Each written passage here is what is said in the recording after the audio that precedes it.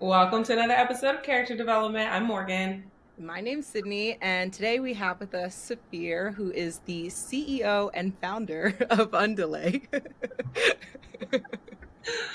So we're gonna get into all of the cool things that he's working on and like his journey to becoming a whole CEO. But first, we're gonna Kiki catch up. Morgan, what's new? What's new? Well, let's see what's new. Well, at Solid Core this weekend and next weekend is Coachella because like Coachella is happening. So Yeah. cheesy. So there's each class is like themed, and so the classes that I did this weekend are like Victoria Monet and Tyla themed, and so I've just been hearing their music over and over again, and I'm like low key over it now, which is sad because I really do like Victoria Monet. But you know when you just hear it beat it in like multiple times. Yeah. Other than that, oh, a Run Club update, y'all. So remember I told you I was going to Run Club. Yeah. So that's Wednesday. So but the Your day we first post, one. the first Oh, Run Club. okay. I'm nervous, like it's first day of school, y'all. But I'm excited at the same time. So I will let y'all know next episode how Run Club went. If I was able to keep up, my biggest thing is like I've been running and like trying to get my endurance up because I can't be like at the back of the pack. Like my ego will not let that happen. So so we are now at the point where like my minute per mile is good enough where I feel like I won't be looking like boo boo fool. And um I won't be looking crazy because you never know who's at Run Club and like I can't be running around looking like scary. So yeah, we're excited. I'll give you all the updates on that next week, but that's all I've got new. What's new with you, Sid? Well, first, very proud of you. I would be at the very back and probably duck off like after the first mile and like disappear. So, yeah, love that for you. Update for me, I am going on vacation soon, so I have officially started the vacation prep Olympics where you just like spend and absorb like in what is the word? Exuberant exuberant amount of money Yeah. to look good on vacation where nobody knows you and has never seen you. So that has begun. And yeah. So, we'll see. If I start to look like I'm glowing, that's why. Like I'm doing all of like the little appointments. Next thing you know, you'll see me in braids. It's braid season. So, yeah. But Safir, what have you been up to? You've been busy, like not I in one have been place busy. ever. Yeah, like I have been traveling a lot. Like especially with the company, I feel like I've been going to Miami a lot between Miami and New York. I live in Atlanta, but I think Miami's just a huge startup ecosystem. It's very progressive. Outside of like the beach and the parties and just overall fun. I do go for work. Just make sure that's on record for tax reasons. But yeah. So yeah, it's been going in and out of Miami, which is really cool for our startup. Be going back and forth with Columbia, South Carolina as well. So just been traveling to those places, which has been really cool and doing a lot of great things with the company. Work with different airports out there. So outside of traveling, excited for the NBA playoffs to kick off soon. So hoping for that. Hoping for that. I do root for Philly. So I'm hoping, but low standings right now. But we gonna wish for the best. We gonna see. I don't know. Yeah. I We'll forgot see. basketball was happening. Like outside of women's college basketball, because that's like all that you hear about, right? Like it's lit, it's Uh, lit, it's lit. And then I forgot the men were playing college too. Like they're just, uh, whatever. And then no in one the knows. NBA, yeah, like what? They're not whatever, Uh, irrelevant. And no, we love men. But the at the NBA, I'm a Warriors fan. Like I'm from Oakland, very much so a Warriors fan. But they be getting on my nerves, like when they really can't get it together. And so then it like makes me irritated to like even watch them. And so then I just kind of wrote it off. And especially like with all things going on. But okay, Philly. Well, I hope Philly makes it far enough to, whatever. Go we gonna sports. see. Yeah. We gonna see. I pray. Warriors still good. They just a little old, but they still. they can still, they can make some things happen. We'll see.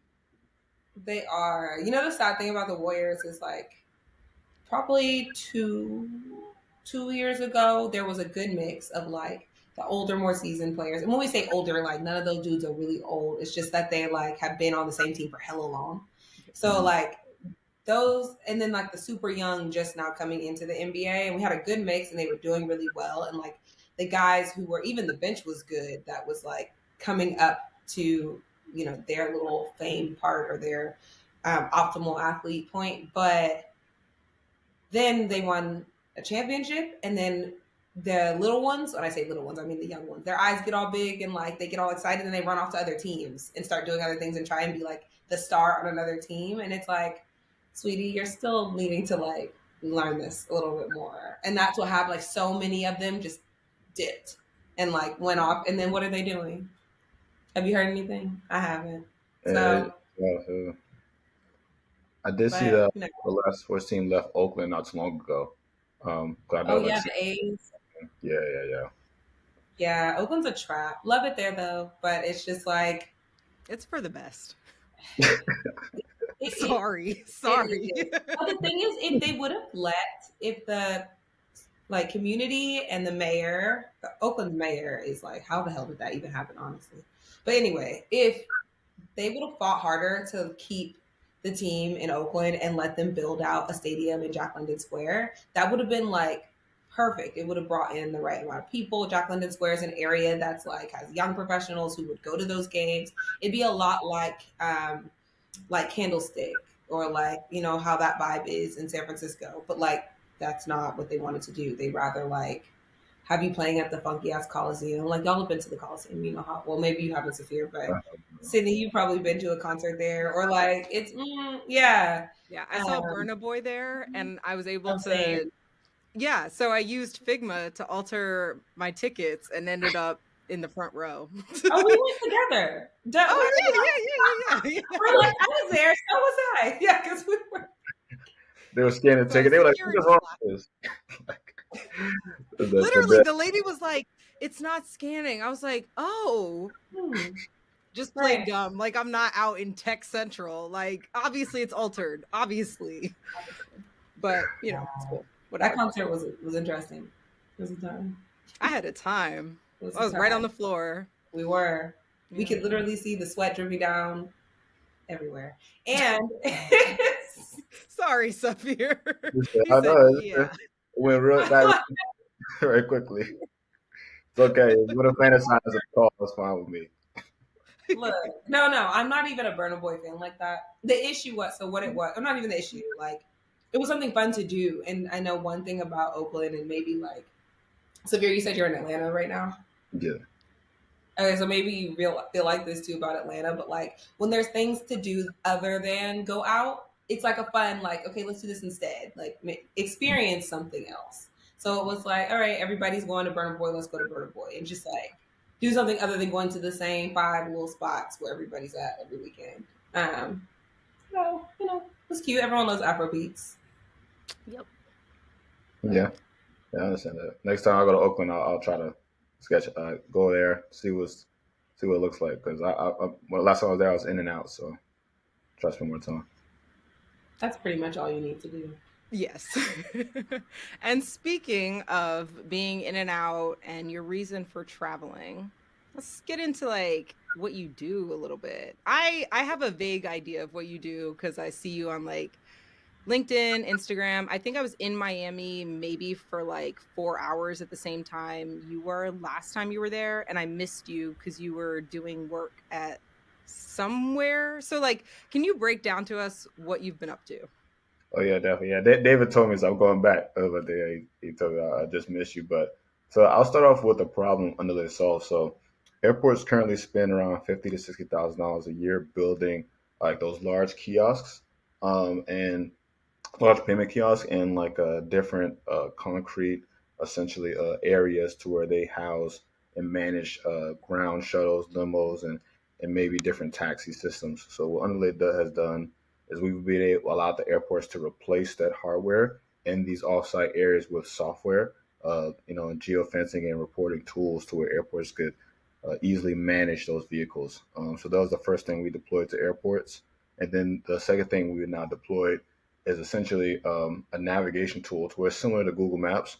So we take a bunch of pictures, link the maps together, and allow airports to feed information to those apps to help passengers wayfind around the airport. So uh, early, like after I graduated, I worked for Delta Airlines several years as a software engineer. After graduating Howard as a mechanical engineer, but then I left Delta. Still wanted to work in the industry, so saw the problems in my off time, and then later on now I'm working full time for Underlay. That's Wow. Thank you. Period. Yeah, I appreciate that. Yeah, we're in three airports right now: Asheville, Columbia, and the Tulsa airport. We've deployed some technology for Des Moines as well, but that's more like for the DoD NSF space. Still working on that, but the goal is to expand really within the Southeast, get a real stronghold in the Southeast, and then go for the Midwest and then other markets. Yeah, we need that in Atlanta airport because the way I get lost in there every time, like I'm literally there, like hyper focused on just trying to find my gate. I can't take any side quests because I will end up in the wrong terminal, have to take the train, and miss my flight. So thank you for that. Yeah, no problem. It's a huge, huge problem. A lot of people are trying to solve. So definitely, we're one of the players in the market. But I think after the infrastructure bill, airports are expanding a lot of runways and terminals, and with that, they need to expand the applications that people have for and navigating around those airports. And now even before that, people had problems with going into airports, but the problems are only going to increase once you expand. So the industry is now investing in solving those problems right now before they become bigger in the future. so. Did you always know that you wanted to be an entrepreneur and start your own business, or was this something that, like you said, you were at Delta before, and Yeah, I then was a you Delta. saw, Oh, yeah, oh was yeah, this something you, yeah, yeah. I mean, I think yeah. Like, I mean, I used to sell candy in middle school, so like I was always selling stuff. As a kid, like let me sell this, or let me sell that. So I was always trying to like do different entrepreneurial things since I was young. So then I got into college, and then I was like, I want to, whatever makes money. So I was like, let's pick engineering. That shit was hard, but I was like, yo, I tried it out. But even in college, I used to build games and different stuff like that. Because when we were in college, Flappy Bird came out, made like millions of dollars a day. So I was like, let me just build a simple game like that. I built it. It didn't work as good, crashed a lot. So then by the time I had some experience building apps to where I was like, let me just get a job in software engineering. I didn't know the difference between software engineering and mechanical engineering in high school, but I learned at college. But by the time I learned, it was like my junior year, and I was like, I'm not changing majors, so I just figured out. But then I ended up getting a job with software engineering anyway. But I've always been trying to do things in the entrepreneur space. But yeah, it's always been a thing for me. Yeah. For context, at Howard, it is hard enough to graduate just being on the straight and narrow. So, like, if you happen to find something you like better junior year, you can't switch. You're not going to finish. You're just not. And okay, especially, engineering's like a 5-year program, right? The architecture, so the one that Brandon's in is 5 years, but Okay. regular engineering is 4 years. But a lot of people could have need 5 years to complete it because it's a lot going on. It's a lot going on. It's hard. Yeah. And the professors are tough over Yeah, there. Like, you old don't school. see engineers at all on Howard's campus. Like, I probably I maybe saw Safir 4 times throughout college. oh my god, Like they're working. They're like yeah, there are majors in school that are like social majors. And then there are like majors like, all right, you're gonna get out of here and like really be a full-fledged adult. And engineering is one of those majors. oh Yeah, yeah. sophomore year is Any when. Oh, go ahead. No, you go ahead. Go ahead. I was just gonna say anybody I know that is an engineer now that did that through college, like they either, like you were saying, Sophia, needed that fifth year because it was like so intense. And if anything in life happens, it can like take you a little bit off track and it's start hard to catch back up. But they are some of the most like determined and like I would say like stable and mentally and also like just as a whole people because they know exactly what they wanted and something like an engineering degree, you knew you wanted that. That was something you came into college and you were like, I'm doing this and pursuing it. You know, it's not like Sydney said, the social comms or business or whatever, where you're just like, I'm here for the kiki, but I'm also going to come out with a degree. Yeah, So, facts. we applaud for that. Good job. Yeah. Oh yeah, thanks for sure. Yeah, it is different. Like, they tell you because they send me a letter saying like prepare and like study for engineering before you come, and of course like it's the summer, so I was in Baltimore at the time because I was living in Baltimore like when I was a kid. So then I was like in the summer, I was like, man, I'm not reading any of this stuff, or like I'm not paying attention to any of this. I'm just like throwing letters away, not responding to emails, and then I got to college and it hit me. I was like, oh, I should have. I was like, damn, I remember when they said this, and then yeah, it hit me fast. It hit me fast. Hey, Yeah, he'd be bad. But I mean, yeah, you gotta like what you don't listen to in the beginning. You pay for it in the end. But you keep working hard and maybe a little harder because you're behind, and you can make something happen. yeah. So, software engineers make a decent living, I would assume, at Delta. Like, you didn't have to switch to startup life if you didn't want to, if you just wanted to be like comfortable and chill. What was like the thing that made you feel like, all right, I'm done with this corporate lifestyle. I'm done like programming and building for other people. I'm going to do my own thing. Yeah, I mean, I literally I didn't like working for people like when I was like my internships were fun, but I kind of just never liked corporate America. I always felt that is weird energy. Delta's a great company. Great benefits. Software engineer, as you said, is a salary, so it makes you very comfortable. So quitting and like just that industry and then going into startups, finances are very very different. It feels like you're back in college in a certain sense, but it's like Jim Carrey said, you're gonna have to downgrade your lifestyle for at least a year to accomplish your dreams. So that's like living at like a little less than a teacher's salary, even though you're qualified to make like mid six figures. And to do that is very, very difficult for a lot of people because they want the car, they want the crib, they see Yeah. Bali vacations on Instagram. There's I need to keep up with the lifestyle. I want my Louis V bags, right? Like they people want all these things, but you're gonna have to sacrifice. And in the end, it's gonna be worth it, right? You meet a lot of great people along the journey. I've traveled to still a lot of great places. It's been for work, and my nights might be fun, but during the day, the afternoons, and in the weekdays, it's all work, right? But I think it's still worth it. Still downsides at startup, but you get a couple people that are willing to do what you do. You get a small team together, and everyone is willing to take that sacrifice, and you could really make something happen one day. Mm. Yes, yeah. What advice would you give to someone who is younger than you trying to get into this, into the startup space, maybe into the software engineering space?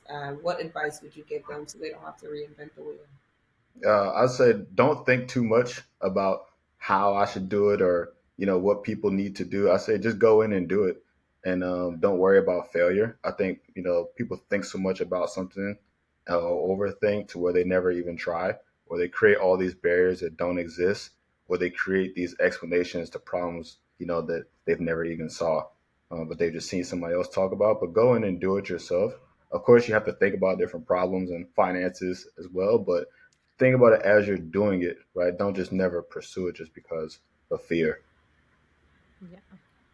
Yeah, I feel like, especially coming from corporate America, which a lot of us were kind of like funneled into corporate America, Mhm. everything is very clear cut. You know what you're supposed to be doing, you know how to do it.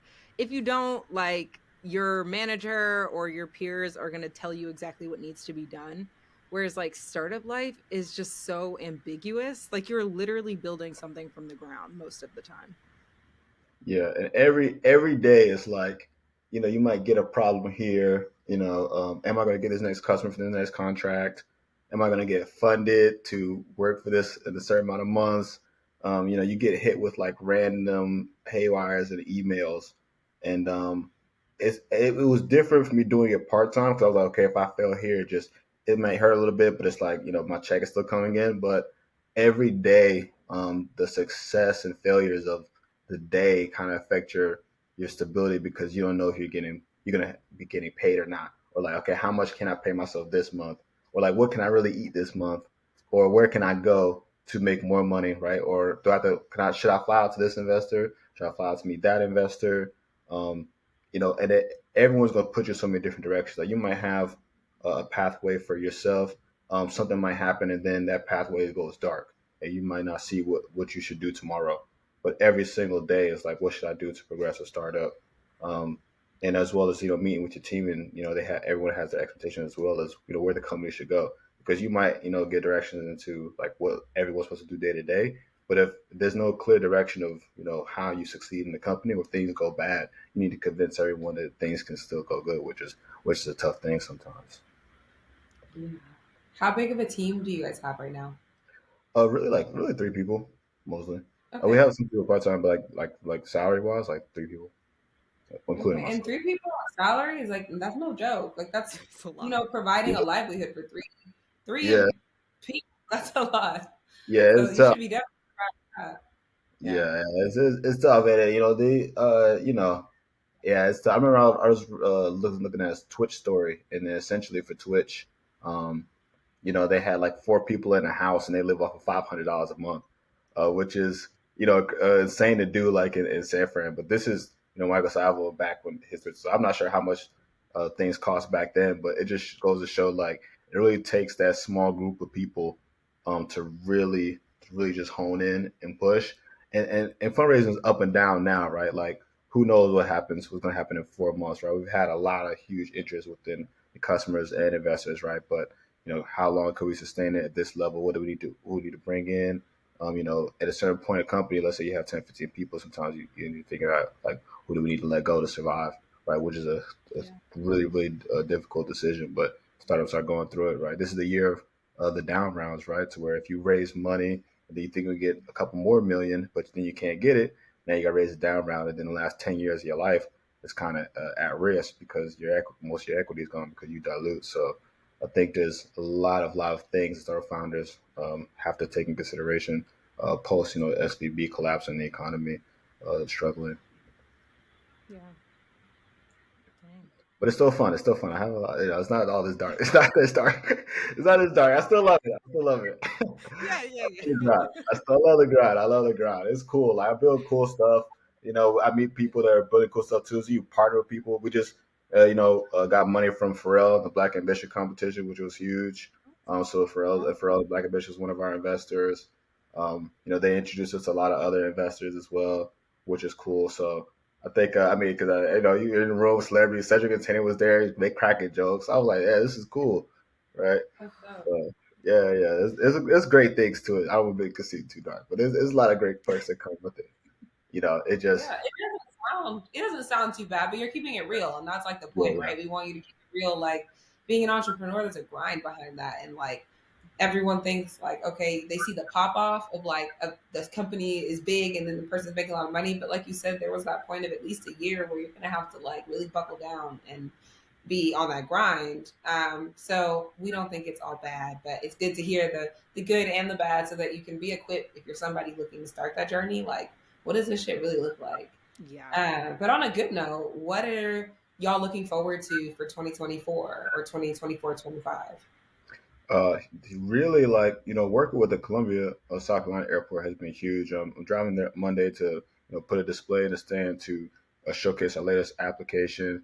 And what I was traveling for. The city of CB travel a lot of places, but I was studying and traveling for different airports and gathering a lot of information. And then with the Columbia Airport, we'll be able to showcase what we've been able to build. We have a press release coming up soon, and I'm really excited about what we could build with that airport and how other airports can come on to that. Um, we're also an accelerator called the Built in Miami Accelerator, sponsored by Venture Miami, and I think our demo day is in June 20th. So very very excited about that because like a lot of people will be there. Last demo we had was like 200 maybe people there. So this one is supposed to be probably going to be a lot more, right?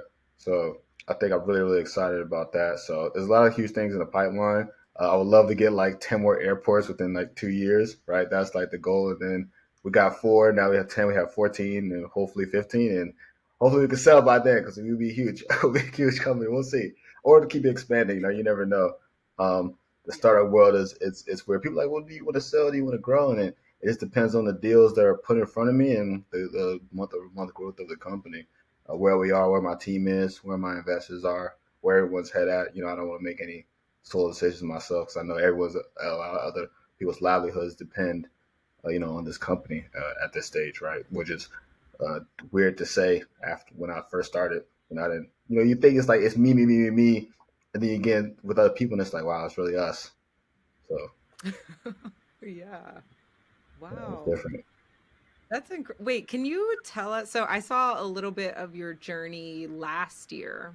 You went to all 50 states last year? So I went to about 35 states. I can't say too much because I won't say too Okay. much, but I will say this. I will say this, like, essentially, you know, um, I would say let's take a use case.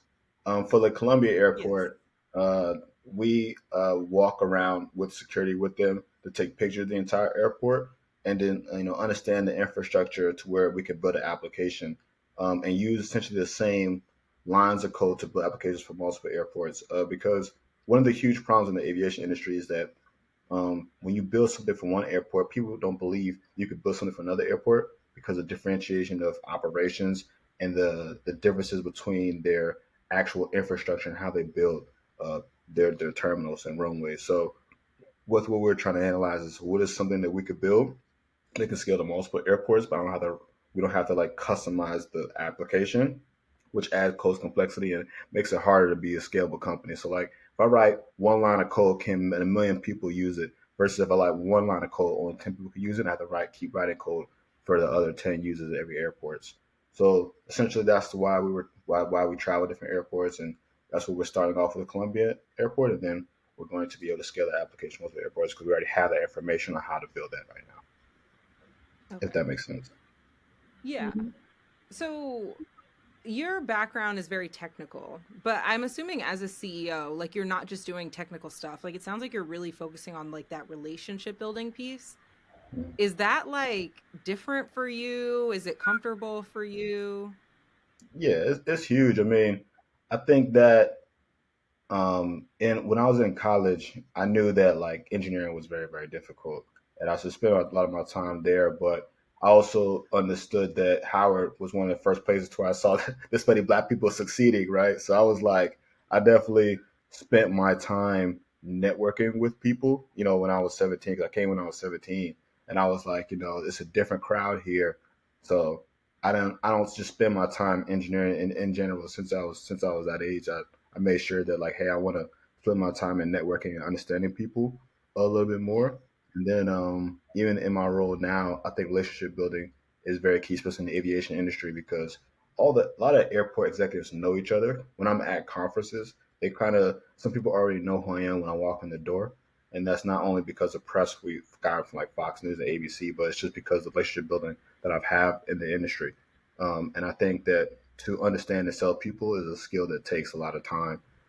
Seeing who wants to talk to you, who doesn't, Yeah. who you should ask certain things for, like who you shouldn't, like what to ask, what not to ask. And I think it's a huge field game that you have to spend time developing. And we do that. I do that. That is my primary goal as the CEO of the company, but I am very technical. So I have built the infrastructure of the code, which makes me like a CTO ish. But I definitely sell that dream like, hey, I'm not going to be calling forever investors. So, you don't have to worry about that. Like, do we need to replace this guy? Like, because, a lot of people that raise $1 million, they don't know that once you raise that money, you got to keep raising or perform or you're in a hot seat or you get out of the company because the investors need their money back. So, but you have to separate the attachment from doing what you've been doing this whole time and grow. Like now you're hiring people to do certain things. Now you're meeting with investors. You're doing uh, dinners and all that stuff. So it's just meeting people all day. That's why I try to split my time to two because I don't want to be too closed off, and that's because that will hurt the company. Yeah. It's interesting that you say like, well, not interesting, but what kind of you are have an engineering background, and people have this misconception about engineers that they're socially awkward and like they aren't usually the people who are like talking first or out being the social butterfly. But as a CEO of your own startup, you have to be that person that's taking initiative to talk to people, to set meetings, to reach out. Was is that something that's in your personality to do, or were you, I mean, I know you said you were selling candy as a kid, so I imagine that you were always that kind of, you know, go getter, like, extroverted personality, but as an engineer, that seems atypical. Yeah, too. I mean, I think I can be awkward at times and weird, but I just like say jokes to like off put it. They be like, "Damn, that was weird," but ha ha ha, we gonna let it slide. You know? So I was like, all right, it's cool. Yeah, yeah, yeah, yeah. So like, I think that's kind of how it goes, you know. But I feel like especially in the engineers in the industry, like people aren't looking for you to be the best talker, right? Especially if you're an engineer, they're just looking for the willingness to talk, which I feel like 90% of people aren't even 90% of people aren't even willing. So Yeah. I think if you're cool, it's a plus. But just be willing, and you'll be fine as an engineer. You don't have to be Adam Nugent or whoever that guy is that we work out because he's real smooth. You don't have to be like that type of smooth to talk. But you could have a speech. You could stutter your words. You could sometimes speak low and high. Like be okay, be comfortable because people aren't looking for you to be the best at it, but people are looking for people who try and work hard and you try, you work hard, you keep doing what you need to do, you meet your goals or close to your goals, and you'll succeed. Mm. That's good advice. Yeah, it's very good advice because I don't know, like the part of startup life that is intimidating to me is literally what Morgan was saying. Like just initiating the conversation with people to like tell them about your idea. That can be so intimidating for some. But to your point, like you know your stuff, Safir. You are passionate about what you're doing and like even your willingness to like explain to people what you're trying to do comes off very well. So shout out to you on that. Oh, thank you, thank you. Yeah, I mean, I think there's, I think, well, to harp on what you just said, I think people go through like an experience with like one person. They might have a pitch, and then that one person is like, "Oh, this idea sucks," or people are trying to prove you wrong, and then you hide yourself from the world because you're like, "Oh, no one likes my idea." But in reality, like the Ubers and the Lyfts and the Amazons of the world, everyone trashed their idea too, right? Not everyone believed in Apple when it first started, but it's really about your will, your execution, which is 90% of making a company. Team you build around and the culture, right? There's a lot of great ideas, but the companies that fail because of a lot of different minor details. But I think just don't let I tell people like don't let that one person bring you down. Like there's a lot of people that have never started a company, have never brought it to a certain point, never sold a product, never built a product. That's telling you your idea is bad. It was like you haven't done anything, right? Literally have not done anything. It's so weird when I hear about that, even in conversations. People like, "Damn, this guy said my idea wasn't good." I was like, "Bro, I say keep going. Don't worry about that." Don't worry about ideas. It's all about skills, about you network with people. I mean, the pet rock sold, and they used to make millions, and there's really a That rock part. in plastic. I'm like, what? Yeah. So, Marketing for that. yeah, For sure. yeah, like what? Like after I seen that, I said, "Oh, this is the game. Everything is a game, right? It's just who believes. It's just who Real. believes." Yeah. Yeah. That's true. What would you say is your biggest two-part question? Your biggest accomplishment so far? It can be personal or with the company, and then what has been your biggest lesson? Um, Biggest accomplishment.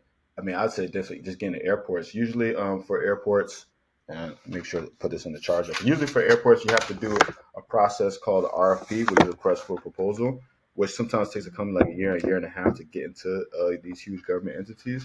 I think for us, the airport sees such value in our product and need it very quickly to where we wouldn't have to do that. So that was a huge accomplishment for us. I think it's one of the biggest accomplishments because it's a combination of us just building great software and being great people to work with. I think it's huge. What was your second question again? Because I kind of got distracted from this charger. And just the opposite of that, what's your biggest lesson? Biggest lesson. From and the best lessons you can get are from losses. Let me see, because it's like a lot of losses just hit me when you asked that. So I'm trying to figure out which one I've learned the most from. Um, I think understanding which conference to go to and which not to go to, or where to spend your time. Because you might spend $3 or $4,000 on a conference, or you might hire different people for different things and spend thousands of dollars of lawyer money for trademarks you'll never use. Um, conferences you go to, you probably won't meet anybody because you went to the wrong conference. You didn't study to see, okay, who's going there and who they can connect you with. Um, I think there's a lot of lessons within that, but you're going to have to do like a shotgun approach where you go to lots of things, gather feedback, and figure out which to invest in now. But I think that's a huge losses that we took, but I learned a lot from. But everyone goes through it. Um, but I think that would be my key lessons learned is like understanding more about go-to-market strategy, which is probably our weakest point as a company because we've been able to get in the airports and get a lot of clients from just networking and smiles. But how do you get a more repeatable process to grow revenue much more? And that experimentation has costed us. Yeah. Yeah. Not every conference is a good conference.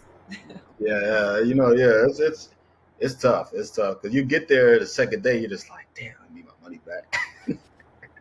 Yeah, I think we've all been to one of those. Like, in some professional realm where you're like, this was something that could have been a Zoom or an email, or it Yeah, didn't need to be 3 days in an undisclosed location. Like, we didn't need all of this. So, Pay yeah, for that's hotel, flight, and food. hello. Like, yeah. That's yeah, what, it just turns at that point, it turns into like, hopefully you're there with people you're also like connections and friends that you made in the industry, and then you're just like, okay, this is the time for us to like sync back and be around each other because it might not be something where there's growth involved, but maybe there's networking opportunity. Something else can grow from it. yeah. I'll say another thing is hard for startups is like understanding how much do you go after investors or grants, or how much you just focus on revenue and going after the business because you could be applying for and pitching and fundraising all day for a year and get nothing, and then or you could spend half the year getting clients and half the year pitching and then raise $1 million or $500,000. So I think that's always a hard balance you should take because it's typically fundraising might get 40 no's and 4 yes, but also with all those no's you understand where you are, and depending on who likes you, who doesn't like you, or who likes the space that you're in, you could probably follow with them for extra funding. But I think understanding that like how many times should I try this before um, I understand like, hey, this is a waste of time, and I've spent a lot of money on these resources, and I should never spend that much money or time on it.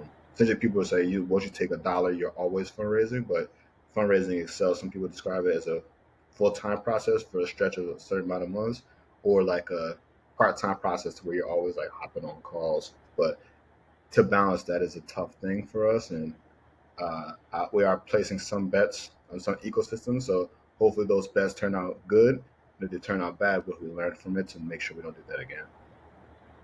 Yeah. Love that. It's like continuous character development. There we go. That was the goal. Yeah, there we go. Okay, but I've started to notice that there are more black and brown technical founders and CEOs. Have you seen this in the space that you're in, and has it like affected your journey at all? Yeah. There's more confidence. I'd say there's more. Give me one second. Oh, I'll just there's more confidence in the space because I think when I started off, you're right. Like I know a lot of the conversations and places I'd be at, since I'd be the only black guy, and because a lot of the funding in early stages aren't given to black communities, and it's not only huge belief, right? Because you've probably seen in the Bay Area and the Oakland, San Fran area, to where you have a lot of white communities that are just throwing money at companies at idea stage because they know that listen, if I invest in 15, 20 companies, one of you guys are going to blow up because that's the ecosystem. But in our ecosystem, especially how we were there, there weren't a huge amount of investors that are just throwing checks to founders for ideas, right? And especially when you're in college, you need money at the idea or prototype stage, because you can't assume a college student to have customers or industry experience. Like, it doesn't make sense, right? But now you see a lot of, well, especially post George Floyd, you see a lot of black funds get money. You see a lot of people build up more confidence and saying, "Hey, I can do this," versus getting torn down because you're black, or getting communities getting torn down because you're black. Because like, there's also this conception or preconceived notion to where, like, hey, if you're black, like, you know, uh, you won't build a good company, or like you're probably not as smart as you should be, and that comes from like colonial era, to where these guys aren't smarter. They're yeah, they have those they have a problem.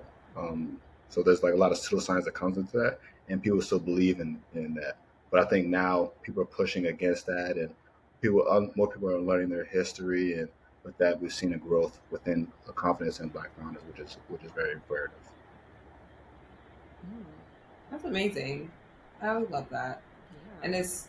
And it's probably like inspiring to the people who are watching you, peers, but also people coming up under you that see you doing this and like really grinding it out and being open about the process. Like, that might spark something in them to want to try an idea, or go out on a whim and believe in themselves in a way that maybe they might have been taught systemically, like, this isn't for you. So that's a beautiful thing to see, Safir. I guess, tying into that, and also the question before, can you think of a moment that was your character development moment, where it can be personal or professional, but the moment where something clicked and you thought, like, okay, this is stuff is changing for me? Okay, in a professional world, I think I think when I think I was in Delta, and I was at Delta, and I they had like they had a startup coming to Delta called Crosscheck, and the funny CEO, like, I ended up meeting him right after, but they had this platform to where they could help, if I'm saying it right, help people, travelers book different trips to different areas. The algorithm kind of like helped filter that, I believe, to where it was easier to understand, okay, which trip should I go to if I had like $500 and I just wanted to book a trip anywhere. What are the best deals? And this is probably before all these huge startups kind of did the same thing. But what I think that they were building it, and they said, like, "Hey, can you help integrate it?" Because I was an engineer at Delta.com at the time, and they spent a lot of money. I'm not sure what it was, but it was a good enough contract for them to keep going. I think they got acquired later on. But I was talking to the CEO. He's a really cool dude, and I saw the workings of the application, and I was like, you know what? I could build this. I think I could build this. Really. So after, like, I saw that, I said, like, wait a minute, like, am I, like, what's wrong? Like, why am I not a millionaire? So that's what I kind of thought, like, I just need to build my own thing. But how, like, he was like smooth talker. He's funny. So, like, I understood, like, it's not just about being able to build stuff, because I'm sure a lot of people in IT departments like, man, I feel like I can build that too. But, like, will you take the risk? Will you talk to people? And will you build a team around what you're doing to make it believe that somebody else can't build it? Because it doesn't matter how smart you are. If you're one person building a product, a company is going to say, A, I can copy that, or B, I'll probably buy them out like $200,000 or $300,000 for something you can't retire on if it's a one person company, especially if it's like a capability. But if you're making revenue, you have a sales team to sell somebody on the product, and you're just large amount of people that walk in the room, you bring validation to an idea, which is something I learned over time. I didn't learn that right then and there, but I just kind of knew it hit me, like, in terms of character development, I was like putting my character into, like, I can't do it, and then I'm not putting I'm making myself focus on, like, how to do it. So in terms of development of myself, that kind of showed me that I should walk into it with a lot more confidence to just build a company and do it. I was selling small stuff. Like, I always made small wins and small money, but I never went after the big money. until that happened. And I was like, you know what, it's time. It's time. Yeah. Mhm. Yeah. I love that moment. Like when you see somebody doing something and like not even, and this is what I really like about those moments when you're not even on like the hater like stuff that we talked about earlier, where you're Yeah, like, why do you think that you can do that or anything like that? It's more of like, this person is doing this. I am just as qualified, just as talented. All I have to do is like mirror their level of confidence in my idea, and like I'm there. yeah, I agree. Love that. I agree. It's like it's not even a hating thing. It's like it's not like a, oh, they should be doing what I'm doing. It's like, no, I should be doing what you're doing, right? Like it, Yeah. Right. yeah. It's like, Like yeah, you're I could, man. yeah. Yeah. Yeah, That's anybody can do dope. it. You guys can do it too. Like you want to start a company and build it.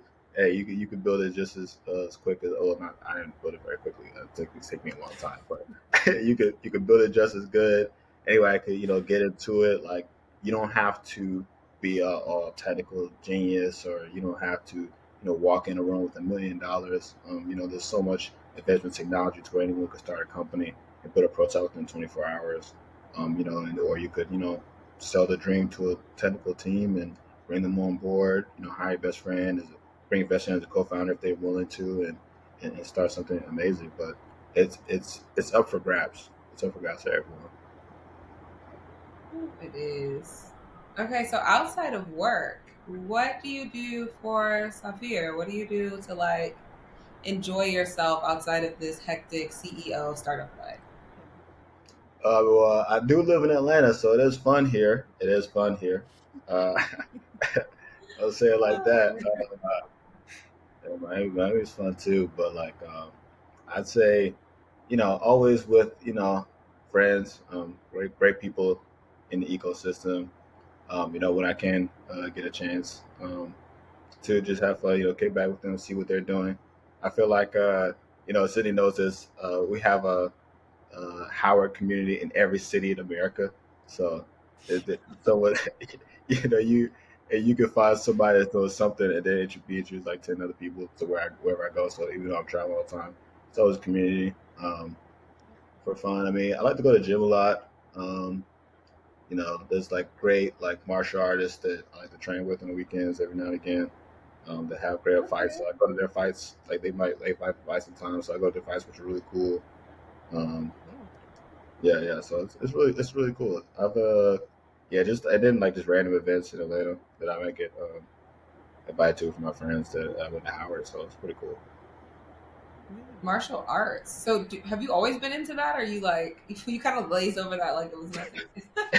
But every now and again, like we were like I was I do train with them like probably every Saturday. I should have went this Saturday, but I'm driving, so I gotta complete this. I gotta build this thing before I leave. But yeah, I trained for about like I think like 5 years with them. Like I thought I was going to compete before I had to like travel. Like I think I had to move to Oklahoma for some time. But it's fun. Like it's a great thing. If you don't like uh, hurt yourself, right? Like a lot of people that hurt themselves. And it's kind of like, ooh. Is it like mixed martial arts or like I, I taekwondo, karate? What are we I into only here? do boxing. Like they want me to be kicking and all this other stuff, and I'll go in a little bit. But I was like, I ain't with those kicks. Like you see somebody kicking the street, it's like, oh, he gonna get. It's not gonna work. You know, listen, I need my balance, but it's good. It's a great exercise. Like I don't like I'm how old am I? I'm 28 right now, so like I think like if I want to step in and compete, I probably had to do it before I was 35. Like I feel like my body is like, yo, you only got a certain amount of time, but in sparring you can only go so hard at certain times. Like when I think 2 years ago when I was like going hard, like sparring twice a week, it was good. But like if I had cuts in my eye or like sort of like a little bit of a black eye cuts. Like I don't mind it because it was the COVID. It was like little COVID era. Everyone was virtual, but now I'm in person. People see scars in your eyes and stuff, or a busted lip is gonna look a little weird on a call. Like you guys called me, and it's like, what if I had a black eye? You'd be like, oh hey, how you doing? You gonna you gonna look at the You good camera over like there? you good? So I think it's a great thing for some people. Like I think I definitely suggest some martial arts to like get the fire out of you. I mean, depending on how far you're gonna go, you're gonna get beat because like other people are gonna be better than you. because you're gonna be coding all day. Other people are fighting all day, but it's always good to learn some people that are better than you. But it's a great community to be around and a great stress reliever. But just don't go too hard because some people, they get to hit sometimes get hit hard and they don't come back and it's like, damn, I hope you're good. Yeah. But yeah, Yeah. just be careful because some people are out for blood. Yeah. But they'll take you out. Maintain They'll your take you brain out. cells up here. Yeah, Maintain- let's I maintain. maintain mine. I maintain mine. I'm good. I'm good. I'm good. Like, let's not, yeah, precious cargo. But okay, speaking of fights and like doing too much, y'all seen like Mike Tyson's about to fight? Is it like Logan Paul? Or is it Logan Paul? Jake It's Paul. somebody. I don't like it. Logan I Paul, don't, right? That's I crazy don't to like me. it. Yeah, he's too That's old, and scary. yeah, I don't like it. He's too old, and I You think think that so? Jake He's is not young. moving Yeah, like he's He's too old. old. He He's like 50, old, and Logan 60. Paul is like a fighter. He fights for real. Yeah, he like Tyson? semi-pro We're talking type about ish. Tyson. Yeah, But like Logan Paul really fights, and Mike Tyson hasn't been fighting like that since. I mean, he was one of the greatest, right? Yeah, But yeah. like, the man is like, how he got to be 60? He's Have you seen like his prep videos that he's been dropping? He's moving. But you get one good slick hit, and I'm scared. yeah, Like, I feel that way about Mike Tyson. If that man makes contact, like it's over. But the thing is, like, over. Jake Paul is taller, and then he has more energy. So, like, if he jabs and moves most of the round, and then lets Tyson run out of energy, Tyson, like, if I don't know how many rounds it is, but let's say if it's a ninth or 10th round, just because he's old, Tyson isn't going to be able to move as fast those entire round. So if Jake sticks and moves, right, and then just make sure he burns out of energy, right, he's gonna put all his power in his punches in ninth or 10th round, and then probably knock him out. Like, I think Tyson is great and he's powerful, but I just don't like to see him at that age try to go that long and that fast with anybody that's good. And then Jake Paul, he's good enough to be semi-pro to where to pack a punch. Like, he's like 200 pounds, so I don't know. I don't like it. I don't like it. So that's all I'll say. It feels like my uncle is fighting. Like, I I don't don't Yeah, like, you don't get no credit from me for being no 60-year-old man. Like, I don't like it. I don't like it at all. I don't like it at all. Exactly. I'm like, sheesh. And the thing is, like, yeah, he's in great shape. Like, Mike Tyson's in great shape. But it's just there's such a stark difference. So when you talk about like the fighting and stuff, I'm like, there gets to an age where I feel like people have to just kind of cut it. You know? Yeah, Literally he should. might need money. He might like. I don't think he might just want money. You know, I feel like because the fighters, like, like they love the thrill. Like, win, lose, or draw, they just love the thrill, the tension, and the question if they can win and if they can't. And they love that. But I don't know. I just think it's I don't know. I like Mike Tyson. I think he's cool. I used to watch his YouTube videos as a kid, right? His knockout highlights ever since I was in middle school, elementary school. So that's been ever since YouTube came out. First thing I was like, Mike Tyson, right? For real. So Yeah. your boy and Mike Tyson. We're rooting for everybody black. So Mike Tyson, we want him to win. Yeah. And it's like his first live stream of a fight. So it's gonna be like in all, like, you can watch it in all different countries. Like, it's gonna be the biggest televised fight like to date. So that it's just gonna be way. I mean, I get it. The money's behind it. So if he wants to fight, or like if he can stick and move for long enough not to get really rocked until the end of the fight, and then just let it be what it is, then sure. I think all these celebrities need the money because they're all making a comeback. They're all going on tour. I don't think we're the only ones being impacted by the economy, to be very real with you. Like, there's no reason everybody's going on tour this summer. There's no reason Mike Tyson is fighting. Logically.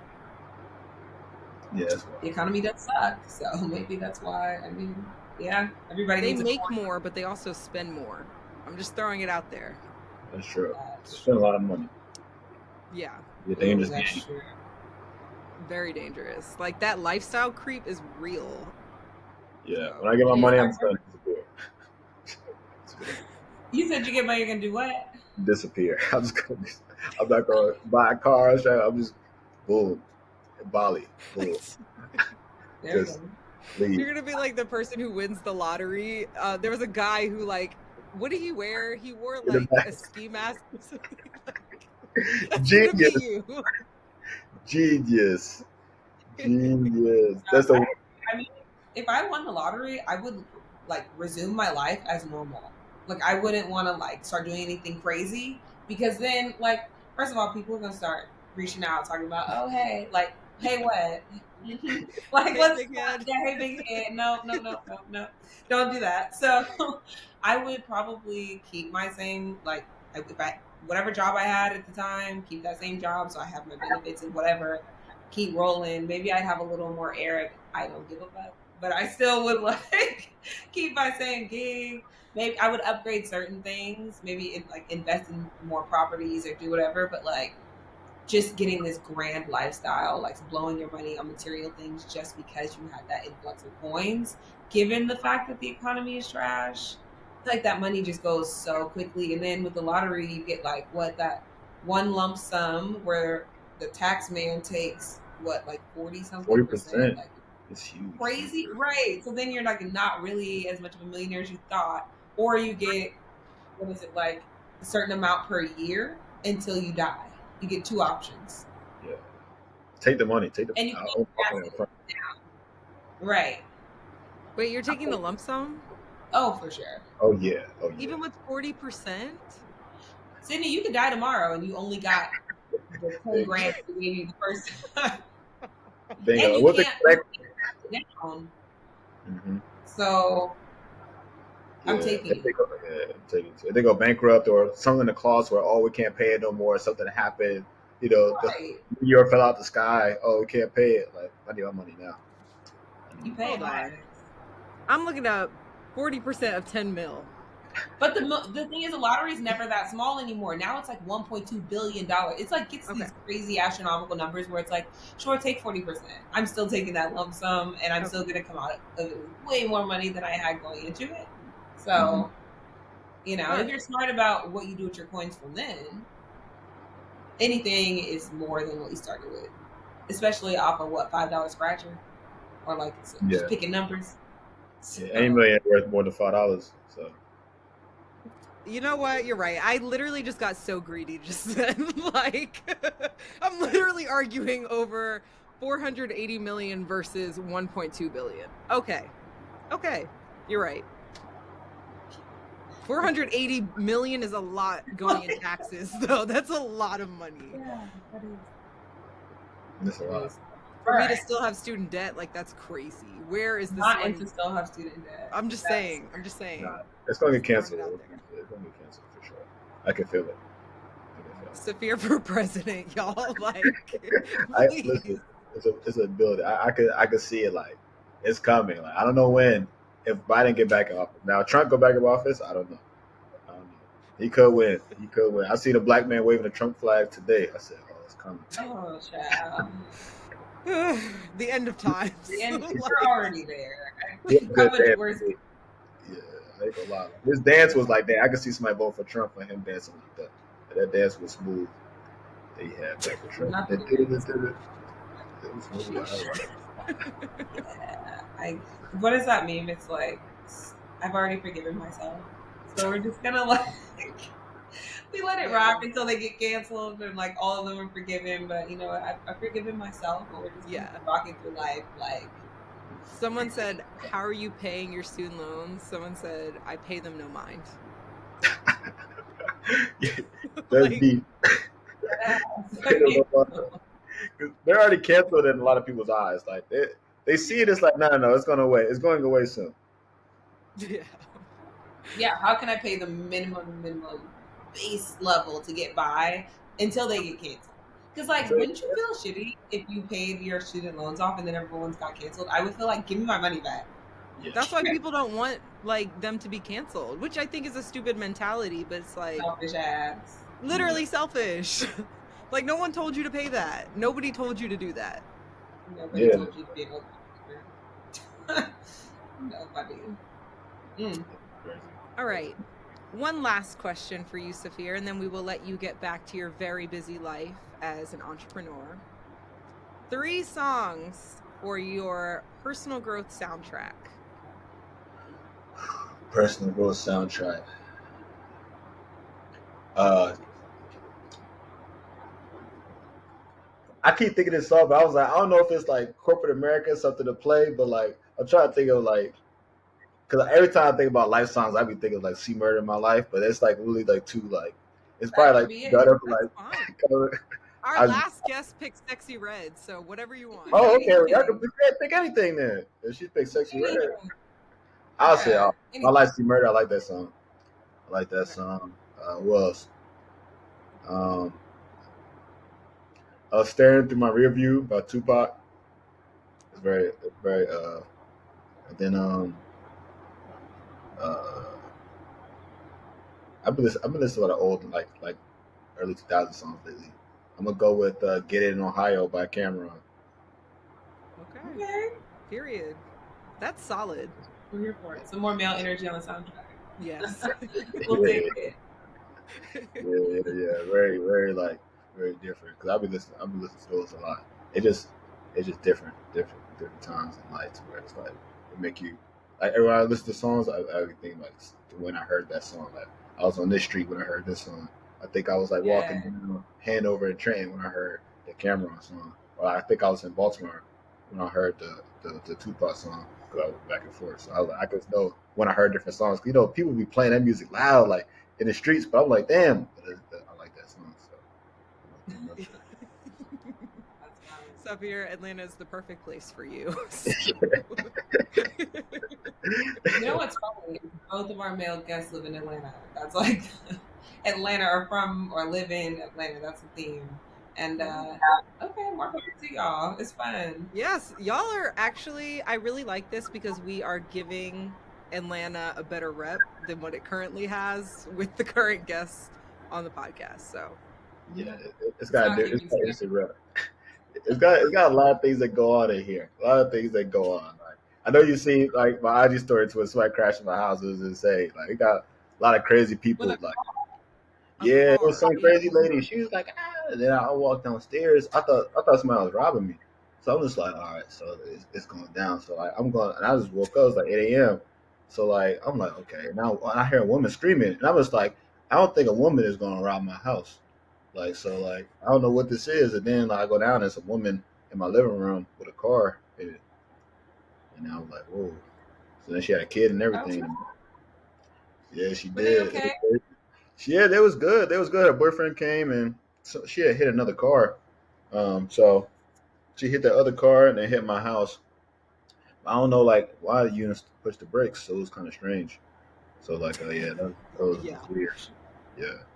So like, it's like been a hole in my house. We're trying to get it fixed. Like I got progressive. We're trying to get it fixed, but like a hole in your house, like with some border walls, it looked different because you know people gonna look and try to be out to get you. Like this one dude, he came last night. And it was weird because he came in and chopped off my front door camera. So I'm just like, okay, like what's going on here? Like you know, 'cause Atlanta get Going crazy. dark. So yeah, Yeah. Yeah. hey, You have to listen, replace that ASAP. listen, Like, city, whatever happened, you gonna see it on my IG. okay. Oh We'll be on the God. lookout. Yeah. Whatever happened next. But yeah, Atlanta's a fun place. So it's like Black Hollywood. It's like a little Wakanda. You know, everyone's doing great. You have millionaires every other day walking around doing big things.